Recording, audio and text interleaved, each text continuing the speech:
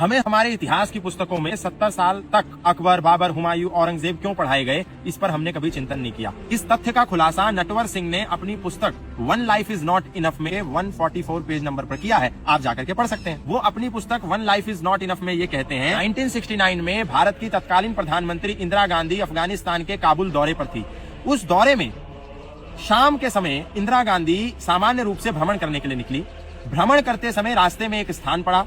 उस स्थान के बारे में इंदिरा गांधी ने अपने जो साथी थे, जो अफगानिस्तान के जो साथ में अधिकारी चल रहे थे, उनसे ये प्रश्न किया कि ये क्या चीज है, ये जो सामने मकबरा सा दिख रहा है, ये क्या है। तो इंदिरा गांधी को उन्होंने ये उत्तर दिया कि ये बाबर की कब्र है।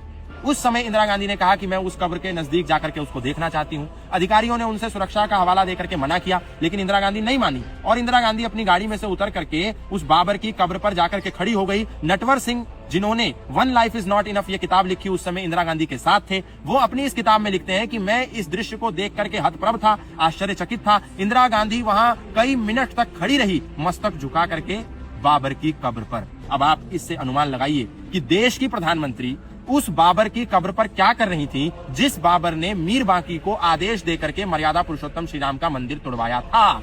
यही कारण है कि राम के पिता दशरथ थे, लेकिन दशरथ के पिता कौन थे, उनके पिता कौन थे, उनके पिता कौन थे, ये तथ्य हमको नहीं बताए गए। ये क्यों बताए जाएंगे जब देश का प्रधानमंत्री बाबर की कब्र पर जाकर के नतमस्तक होगा।